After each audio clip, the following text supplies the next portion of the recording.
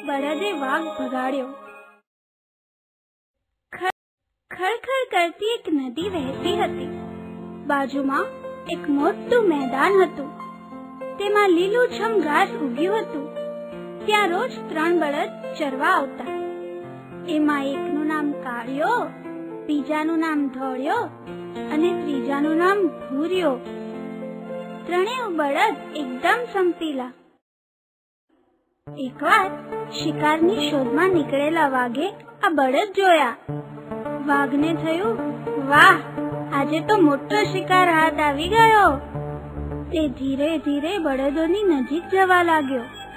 બળદોનું ધ્યાન વાઘ તરફ ગયું. 3એ પળવારમાં નક્કી કર્યું કે આપણે સંપીને વાઘનો સામનો કરીએ, નહીતર તે આપણને મારી નાખશે. ત્યાં તો વાઘે આવીને કાળિયા બળદ પર હુમલો કર્યો. ત્યાં તો ધોળિયો અને ભૂરિયો બંને નજીક આવી ગયા અને વાઘને ઘેરી લીધો. શિંગડાથી તેનો સામનો કર્યો. વાઘ તો કંઈ ન કરી શક્યો ને તે ઊભી પૂંછડીએ ભાગી ગયો. પછી તો ધુઆ પુઆ થયેલા વાઘે બળદોનો બદલો લેવા શિયાળને બધી વાત કરી.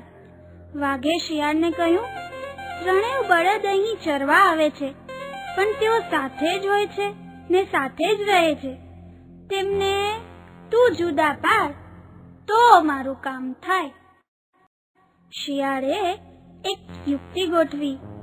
3 બળદ પાસે જઈને તેણે કહ્યું, હું આ જંગલમાં નવો છું. શું તમે મને તમારો મિત્ર બનાવશો? બળદોએ એકબીજાને પૂછીને હા પાડી. પછી તો શિયાળ બળદો સાથે રહેવા લાગ્યો.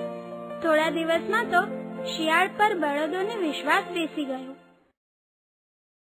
પછી એક દિવસ શિયાળે કાળિયા બળદને કહ્યું, તે હે કાળિયાભાઈ, આ ઘાસનું મેદાન તમને ધોળિયાભાઈએ બતાવ્યું હતું? આ સાંભળી કાળિયો બળદ કહે, ના ભાઈ ના, આ મેદાન તો મેં જ શોધી કાઢ્યું છે. ત્યારે શિયાળ કહે, તો એ તમારું ખોટું દેખાડે છે એમ જ ને. કાળિયાને આ ગમ્યું નહીં. એણે ધોળિયા સાથે ન બોલવાનું નક્કી કર્યું.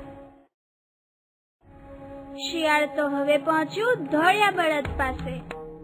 શિયાળ કહે, તે હે ધોળિયાભાઈ, એ વાત સાચી કે તમારે ખાવા બહુ જોઈએ? આ હું નથી કહેતો, આ તો કાળિયો ને ભૂરિયો એવું કહેતા હતા. ના ભાઈ ના, હું તો માપનું જ ખાઉં છું. ધોળિયાથી આવું અપમાન સહન ન થયું. એને કાળિયા અને ભૂરિયાને સાથ ન આપવો એવું નક્કી કર્યું. ત્યાંથી પછી ધીરે રહીને શિયાળ ભૂરિયા બળદ પાસે પહોંચ્યું. શિયાળ કહે, હે ભૂરિયાભાઈ, તમે આળસુના પીર છો અને તોફાની છો? આ હું નહીં, પેલો ધોળિયો અને કાળિયો કાલે મને આવું કહેતા હતા. ભૂરિયો બળદ ચતુર હતો. વિચાર્યા વગર કોઈ અજાણ્યાની વાત માને જ નહીં. ભૂરિયો કહે, જા ભાઈ જા, હું જેવો હોઉં તેવો. તારે શું કામ છે? તું શું કામ માથું મારે છે? હા. શિયાળ ત્યાંથી નીકળી વાઘ પાસે આવ્યું ને એમ વાત કરી કે કાલે બધા લડી પડવાના છે, તમે તૈયાર રહેજો. હા. આ સાંભળી વાઘ તો ખુશ થઈ ગયો. બીજે દિવસે બધા બળદો ચરવા ગયા, પણ કોઈ કોઈની સાથે બોલ્યું જ નહીં. બધા થોડા થોડા અંતરે ચરતા હતા. ભૂરિયાએ થોડે દૂરથી વાઘને જોયો. તેણે ધોળિયાને કહ્યું, અલ્યા, વાઘ આવતો દેખાય છે, સાવધ રહેજે.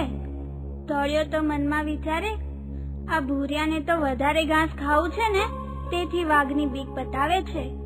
તે બોલ્યો, જા જા, તારે વધારે ઘાસ ખાવું છે ને, એટલે તું મને બીજા રસ્તે દોરે છે. ધોળિયો તો ઝઘડવાના મૂડમાં હતો. એટલામાં તો વાઘ છલાંગ મારતો આવ્યો. કાળિયો તો મિત્રોને મૂકીને ભાગી ગયો. વાઘ ધોળિયા પર તરાપ મારે ત્યાં તો ભૂરિયો દોડી આવ્યો ને કહ્યું, સાથે લડવું પડશે, નહીતર જાન ગુમાવશું. ધોળિયાને ખૂબ પસ્તાવો થયો ને પછી તો બંને બળદે વાઘનો સામનો કર્યો. શિંગડા વડે પછાડ્યો, હળકા ખોખરા કરી નાખ્યા અને પછી વાઘ ત્યાંથી ભાગી ગયો અને છુપાઈ ગયેલું શિયાળ પણ મેથી પાક પડવાની બીકે ત્યાંથી ભાગ્યું. ખેલ ખતમ થયા બાદ ધોળિયાએ ભૂરિયાની માફી માંગી. મિત્ર, મને માફ કરજે, હું શિયાળની વાતમાં આવી ગયો, ન બોલવાનું બોલી ગયો. ભૂરિયો કહે, ના ના, મને એવું કાંઈ નથી. આપણો સમ તૂટે નહીં એ આપણે જોવાનું છે. સમ છે તો જ આપણે બળવાન છીએ. ત્યાં સુધીમાં કાળિયો બળદ પણ આવ્યો. તેને પણ આખી વાત સમજાઈ. તેને પણ માફી માંગી ને સંપીને રહેવાની પ્રતિજ્ઞા લીધી. પછી તો ફરીથી ત્રણેય બળદ સાથે ઘાસ ચરે ને પાણી પીવે અને એમ સૌ આનંદથી દિવસો પસાર કરવા લાગ્યા. તો બાળ મિત્રો, આ પરથી બોધ મળે છે કે જે સંપીને રહે છે તેની રક્ષા થાય છે. બળદે વાઘ ભગાડ્યો.